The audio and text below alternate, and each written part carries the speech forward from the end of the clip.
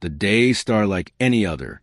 Sarah Harper, dressed in worn-out overalls, stepped onto the wooden porch of her farmhouse, sipping coffee as the morning sun painted golden hues over her land. The air smelled of fresh soil, the rhythmic clucking of her hens mixing with the occasional whinny from Biscuit, her miniature rescue pony. Then came the sound that shattered the peace, a deep mechanical growl rolling up the driveway. A massive tow truck, emblazoned with county enforcement, rumbled toward her barn. Behind it, a sleek black SUV rolled to a stop, and out stepped three individuals dressed in navy polos.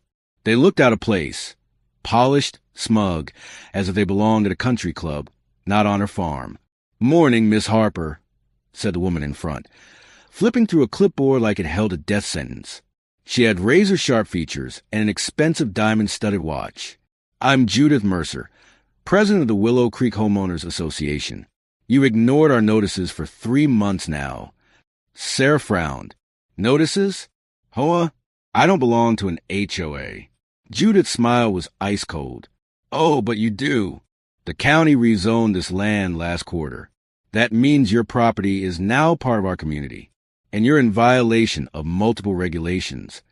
A tall man with slick back hair stepped forward, unfolding a glossy map. "I'm Tyler Mercer, Willow Creek Development, LLC," he announced, tapping a red outline section in the middle of an ocean of identical suburban homes. "As you can see, your farm is right in the center of our development." Sarah's stomach turned. She'd been surrounded. New houses had sprung up like weeds over the past year, but no one had ever told her that meant she was part of it. Tyler's smile didn't reach his eyes. "We're here to help you transition." Sarah snatched a thick envelope from Judith's manicured hands. Inside was a list of violations: unauthorized livestock, non-compliant fencing, improper paint color, and a bill for $4,500 in fines. "This is insane," Sarah said, gripping the papers. "My family has owned this farm for over 40 years. You can't just—" "We can," Tyler interrupted smoothly. "The county approved our petition. Your grandfather clause expired when the district lines were redrawn." Sarah's grip tightened on the documents, knuckles whitening. "I never agreed to be part of your HOA." Judith gave a mock sympathetic sigh. "It's not up for debate." Sarah's pulse pounded. "I'll take this to court." Tyler chuckled, crossing his arms. "Go ahead, but let me save you some time. Your best move? So, take the buyout we're offering before things get complicated. Complicated. A veiled threat. Sarah had no intention of selling. "Get off my land." Judith clicked her tongue in disapproval. We expected resistance. She turned to the tow truck driver and gestured, "Proceed." The roar of an engine filled the air as the tow truck backed up toward the barn. Sarah's heart nearly stopped when she saw the workers march toward the pens. "No. Stop." She ran forward, but 2 men in uniforms ignored her, swinging open the gates. Biscuit let out a terrified whinny, his arthritic legs trembling as they tried to force him forward. Her oldest goat, Mabel, bleated in fear as rough hands pulled her from the barn. The chickens flapped wildly in their cages, squawking in panic. "You can't do this." Sarah's voice cracked, her throat tightening with tears. "They're rescues. They belong here." "It's not stealing," Judith said, expression neutral. "It's enforcement." Sarah grabbed her phone, hands shaking, dialing the sheriff. It rang once, twice, then, "Harper," came Sheriff Tom Jenkins' voice. I'm already on site." Sarah spun to see a patrol car pulling in. Tom stepped out, looking uncomfortable, hat in hand. "Tom, you know these animals are mine." He avoided her gaze. "Sarah, the paperwork's in order. The county rezoned this place." "So what? You're just going to let them take everything?" Tom lowered his voice. "Get a lawyer. This isn't right, but my hands are tied." The final blow came as Judith handed her another document. "You have 30 days to comply with HOA standards. Failure to do so means we place a lien on your property." As the trucks disappeared down the driveway, taking her terrified animals away, Sarah felt something she hadn't in years. Pure, unfiltered rage. Sleep didn't come that night. The barn, once filled with the warmth of her animals, stood silent. Rusty, her loyal dog, sniffed the empty stalls, whimpering in confusion.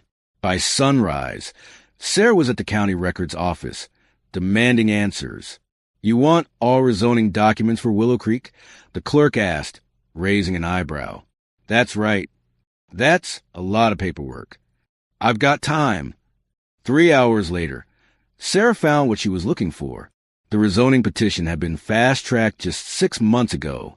Resident notification letters were dated only 3 weeks back, far too late for community objections. Commissioner Phillips had personally signed off on approval, despite environmental concerns raised by county staff. Something reeked of corruption. A quick online search confirmed her suspicions. Commissioner Phillips had received hefty campaign donations from Willow Creek Development, LLC, Tyler Mercer's company. Her farm wasn't just inconvenient. It was standing in the way of a multi-million-dollar expansion. They didn't just want her gone. They needed her land. That evening, Sarah nearly ran her truck off the road when she pulled into her driveway. 3 strangers were in her yard, a landscaping crew. "What the hell are you doing?" she demanded, jumping out of her truck. A worker handed her a paper. HOA-approved landscaping assessment.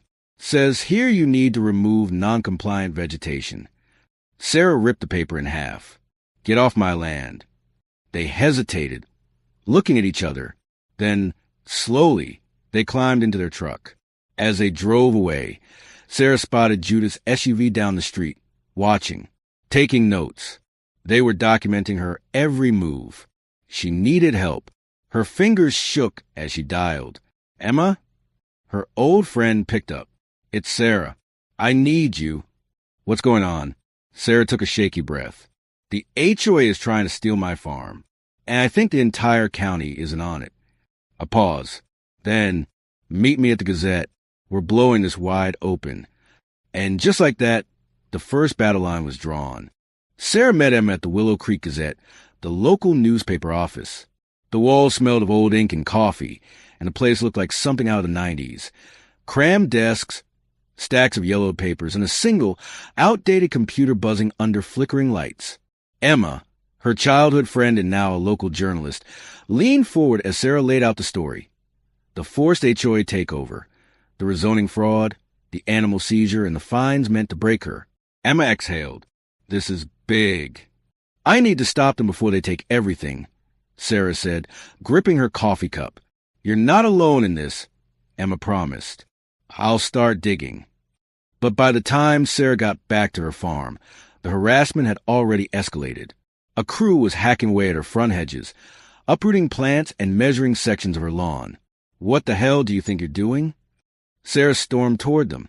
One of the workers, barely out of his teens, looked nervous as he handed her a clipboard. It's an official HOA pre-approved landscaping assessment. Says here you're..." "I didn't approve anything," she snapped. The boy swallowed. "Your non-compliant vegetation needs removal." "Non-compliant what?" Judith Mercer's sleek SUV idled across the road, watching, smiling, taking notes. Sarah's blood boiled. "Get off my property." The workers hesitated before packing up their equipment. But as their truck rolled away, Sarah knew this wasn't the end. That night, she triple-locked her doors. The next morning, Sarah wasn't alone. A knock at her door revealed an elderly woman, her hands clasped together in nervous energy. "I'm Eleanor Jenkins," she said. "I live in the new development." Sarah hesitated. "You're part of the HOA?" Eleanor shook her head. "I was forced into it." She stepped inside, glancing around before lowering her voice. "I saw what they did to your animals. It's wrong." Sarah folded her arms. "Why are you telling me this?" Eleanor's eyes hardened. "Because I bought my home under the promise of a peaceful countryside view. They use your farm as a selling point. Then last month, they held an HOA meeting. Half the neighborhood wasn't even invited." Sarah felt her stomach drop. "They elected Judith as president," Eleanor continued. "Right after that, they raised HOA fees twice. When some of us complained, we started getting fined for things like wrong paint colors and bird feeders being too high." Sarah's hands clenched into fists. "They're not just targeting me. Eleanor's gaze burned with quiet anger. No. And if we don't stop them, they'll keep taking. Sarah knew then she had allies. That night, she got a call. "I've been digging," Emma said over the phone, "and I found something huge." Sarah sat up in bed. "Tell me." "The HOA was formed illegally." Sarah's breath caught. Emma continued, voice rushed with excitement. "I checked county records. They skipped required resident notifications, and the vote to form the HOA? Half the signatures were fake." Sarah's mind raced. "That means—" Emma, finish your thought. "It means the HOA has no legal authority." Sarah exhaled sharply. This wasn't just about fines and harassment anymore. It was about fraud. The next day, Sarah met Eleanor and a small group of neighbors in Eleanor's garage. "I did some digging, too," Eleanor said, spreading out county documents on a workbench. "They never conducted an environmental impact study before rezoning your farm." Sarah's heart pounded. "That's required by law." Eleanor nodded. "And here's the best part. Tyler Mercer's development plan includes a man-made lake right where your farm sits." Sarah felt her breath hitch. "They're not just trying to get rid of you," Eleanor said. "They need your land for phase 2 of their development." Sarah stared at the documents, the weight of the conspiracy pressing down on her. If she lost her farm, they'd erase it from existence. "We need to stop them," she said. That night, Sarah's instinct screamed at her. It was past midnight when she heard something outside. Rusty, her loyal dog, let out a low growl. Sarah slipped out of bed, heart hammering, and peeked through the curtains. Headlights. A black truck. 2 figures, dressed in dark clothes, move along her fence line. Her breath hitched as she saw one of them try the handle on her storage shed. Sarah grabbed her phone and hit record, quietly moving between windows. Tyler Mercer stood near her barn, holding a clipboard. He gestured toward the shed, whispering something to the man beside him. Then, as if feeling her gaze, Tyler's head turned directly toward her window. Sarah's blood turned to ice. She flipped on the floodlights. "This is private property," she shouted from the porch. "Leave before I call the sheriff." Tyler didn't flinch. He smirked. "Just conducting an inspection, Miss Harper," he called back smoothly. "HOA bylaws permit property valuations." Not at midnight. She shot back, holding up her phone. "And you're being recorded." His expression flickered. The other man muttered something, and they both retreated toward their truck. Before getting in, Tyler called out one last thing. "You can't win this, Sarah. We own Willow Creek." The truck peeled out of her driveway. Sarah shivered, gripping her phone tighter.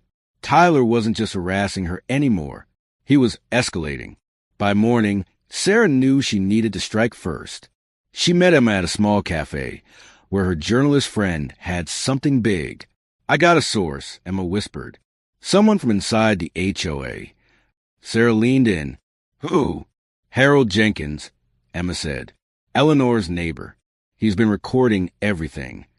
That afternoon, Sarah met Harold in the back of the library. He was a thin, nervous man who kept glancing over his shoulder. "My wife and I bought our house thinking we'd retire here," Harold murmured. "Then the Mercers took over the HOA. It became a dictatorship." Sarah exhaled. "You have proof?" Harold nodded and pulled out a small USB drive. "Meetings. Secret ones. The real HOA meetings happen after the official ones." Sarah's fingers trembled as she plugged the drive into her laptop. The first recording played. Judith's voice came through, cold and calculating. "She's not budging. We need her farm gone by summer. Just keep finding her until she drowns in debt." Then came Tyler's low chuckle. "She'll cave. And if she doesn't, we have ways." Sarah felt her stomach twist. The final recording made her skin crawl. Judith again. "Commissioner Phillips guaranteed he can push through whatever paperwork we need. He owes Tyler for that lake house deal." Sarah exchanged a look with Emma. "This is it," Emma said. "This is how we take them down." Sarah took a shaky breath. For the first time, she didn't feel helpless. She felt ready. And the HOA had no idea what was coming next. Sarah sat in her kitchen, staring at the laptop screen, Harold's leaked recordings playing over and over in her mind. Each word from Judith and Tyler confirmed what she already knew. This wasn't about HOA regulations. It was about power, greed, and erasing her farm to make way for a luxury development. The next morning, she called a meeting at Eleanor's house. What started as a small group had grown into a full-fledged resistance. Over 30 people packed into Eleanor's living room. Homeowners, retirees, young families, and even a few local business owners. "This isn't just about me anymore," Sarah said, standing at the front. "They've been running this HOA like a dictatorship, forcing people out, silencing opposition, and lining their pockets with our land and money." Murmurs of agreement swept through the room. Eleanor's grandson, Jackson, a second-year law student, tapped the stack of documents they gathered. This HOA was formed illegally. They violated multiple county regulations.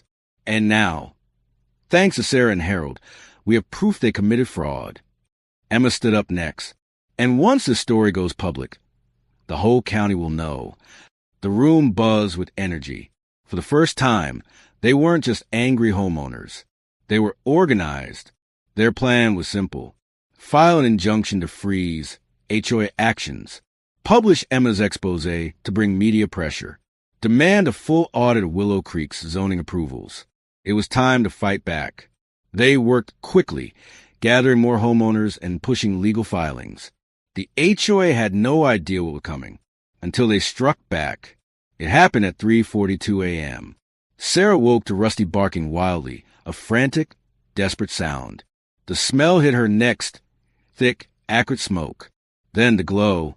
She ran to the window. The barn was on fire. Her heart nearly stopped. "No!" She sprinted outside, barefoot, lungs filling with smoke. The flames roared, devouring the wooden beams, licking higher and higher. Her animals. Oh, God, her animals. She grabbed a bucket. But she knew this wasn't a fire that could be put out with water. Neighbors rushed onto her property, dragging hoses, calling 911. Harold and 3 men from down the road smashed through the side door where the flames hadn't reached yet. Sarah followed, coughing, eyes burning. "Biscuit," she cried. Then movement. Mabel, her oldest goat, stumbled out of the smoke, guided by one of the men. Another neighbor hauled a cage of coughing chickens. Finally, Biscuit, terrified but alive, emerged. The fire department arrived moments later, containing the blaze before it could spread to the house. Sarah collapsed onto the grass, shaking. The fire chief knelt beside her. "This wasn't an accident," he said grimly. "We found accelerant along the back wall." Sarah's hands clenched into fists. She already knew who did it. Morning came, and with it, the proof she needed. Sarah had forgotten about the security cameras her cousin had helped her install after the animal seizure. The footage was crystal clear. Tyler Mercer, hood up, carrying a gas can.